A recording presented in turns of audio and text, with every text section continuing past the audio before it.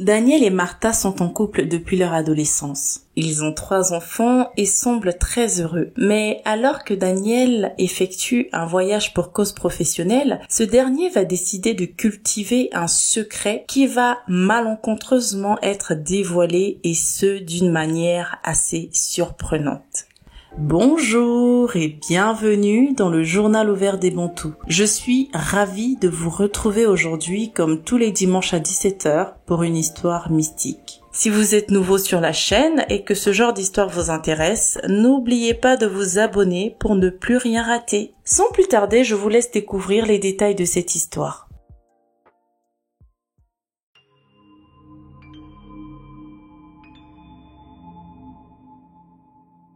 Daniel et Martha ne sont pas que de simples parents en plus d'être mariés. Ils ont des rêves, ils sont très ambitieux.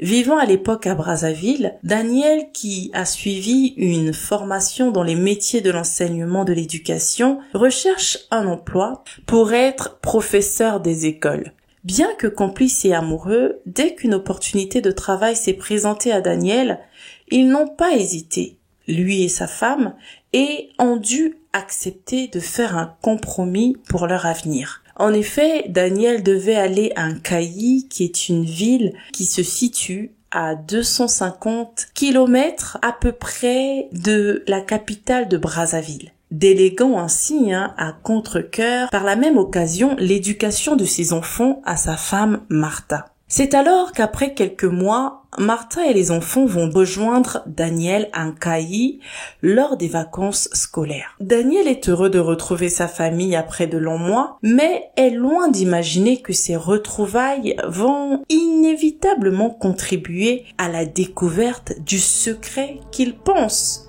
jusque-là bien gardé. Une nuit, alors que tout le monde dormait, leur fille, qu'on va nommer Émilie, alors seulement âgée de 16 ans, va faire un rêve très étrange. Un rêve dans lequel elle voit une dame rentrer dans leur maison et se diriger vers la chambre de ses parents. Effrayée, mais également curieuse, elle va décider de suivre cette femme, jusqu'au moment où elle va apercevoir cette dernière assise au chevet de son père et pleurer à chaudes larmes. Puis se réveilla en sursaut. C'est une jeune fille de 16 ans qui, à ce moment précis, décide d'ignorer et de banaliser. C'est juste un rêve, c'est rien, se dit-elle et retourna dormir. C'est en faisant le même rêve 3 fois d'affilée que ça va commencer à l'interpeller. Elle est issue d'une famille chrétienne, donc au bout de la 3e nuit, elle décide quand même de prendre un moment de prière. Ne sait-on jamais, dit-elle. Elle pria, et le soir même, elle entendit une voix lui dire qu'elle devait se rendre au marché dès l'aube. Donc à son réveil, ce matin-là, elle proposa à sa mère de l'accompagner. En y arrivant, elle va tout de suite apercevoir la dame qu'elle n'a cessé de voir dans ses rêves durant ces 3 dernières nuits. Elle décida alors de s'approcher de cette dernière et entendit une voix lui confier « C'est l'amante de ton père » qui, rangée par le chagrin de voir la femme et les enfants de son amant, se rendait inconsciemment chez eux les nuits en pleurant. Ce qui s'est passé là, c'est que au moment où Émilie va voir cette dame au marché, elle se dit « je vais me rapprocher de la dame ». Et donc c'est en se rapprochant de cette dernière qu'elle va entendre une voix lui dire « cette dame que tu as vue ces 3 dernières nuits dans tes songes, c'est l'amante de ton père. Quand toi et tes frères ainsi que ta mère n'êtes pas à Nkayi ici, avec Daniel, donc votre père, c'est elle qui joue le rôle de votre mère. » Je crois que vous avez compris. J'aime bien prendre mon temps parce que le but c'est d'édifier, donc forcément certains petits détails peuvent être très pertinents et très importants. Bref, on va continuer l'histoire. Donc, Émilie, qui après avoir écouté cette voix, est naturellement choquée, mais continue quand même à s'avancer et se rapprocher de cette dame. Ce que fit la dame n'a fait que confirmer les propos de cette voix qu'Émilie venait d'entendre.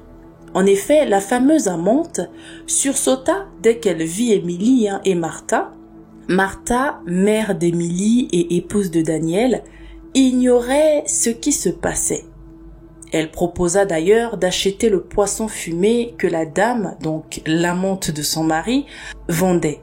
Mais cette dernière refusa catégoriquement, en devenant d'ailleurs de plus en plus désagréable. Émilie et Martha décida donc de s'éloigner de la table de cette dernière et de rentrer à la maison. Mais Émilie, qui voulait avoir de quoi, entre guillemets, confronter son père, demanda alors le prénom de la fameuse dame auprès d'une de ses voisines au marché. « Madame, s'il vous plaît, comment s'appelle la dame qui vend le poisson fumé de l'autre côté ?»« Éléonore, répondit-elle. Après être rentrée à la maison, elle fit asseoir sa mère et lui expliqua tout. Perplexe et voulant en avoir le cœur net, Martha alla trouver Daniel et lui demanda « Qui est Éléonore ?» Daniel, pris de panique, commença à s'expliquer de lui-même. Il expliqua que c'est une femme avec qui il entretient une relation extra-conjugale et présenta ainsi ses excuses. Sur le moment d'ailleurs, il ne se demanda pas comment son épouse avait découvert cette histoire. Éléonore, qui était enceinte de Daniel, donna naissance à une petite fille qui est aujourd'hui infirmière et s'entend bien avec ses 2 demi-frères et sa demi-sœur Émilie. Je n'ai pas eu tous les détails de comment se porte la famille aujourd'hui. Je n'arrive pas d'ailleurs à m'expliquer à moi-même le fait qu'Éléonore venait voir Daniel, donc spirituellement, et ce de manière inconsciente. Si elle arrivait à faire ça, que pouvait-elle encore faire d'autre, même inconsciemment? Je me suis posé la question de savoir si Daniel sait que la femme avec qui il trompait sa femme s'envolait ou peut-être même s'envole encore la nuit. Voilà comment certaines personnes vont elles-mêmes ramasser des ennuis pour ramener dans leur famille. Bref, ce que je retiens de cette histoire, c'est qu'il ne faut jamais négliger les songes. Dieu parle par des songes, par des visions nocturnes, quand les hommes sont livrés à un profond sommeil. Il donne des avertissements, mais également des instructions.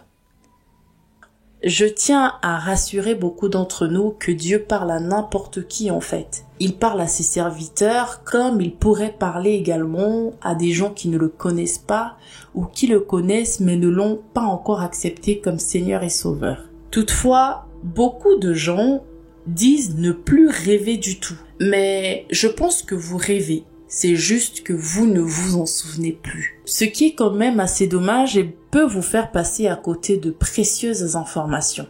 Je nous exhorte en tout cas à prier pour nous souvenir de nos rêves, prier pour le discernement de nos rêves et prier pour la sagesse divine. Je dis nous parce que je m'inclus à l'intérieur. Les histoires que je vous raconte, je ne les invente pas.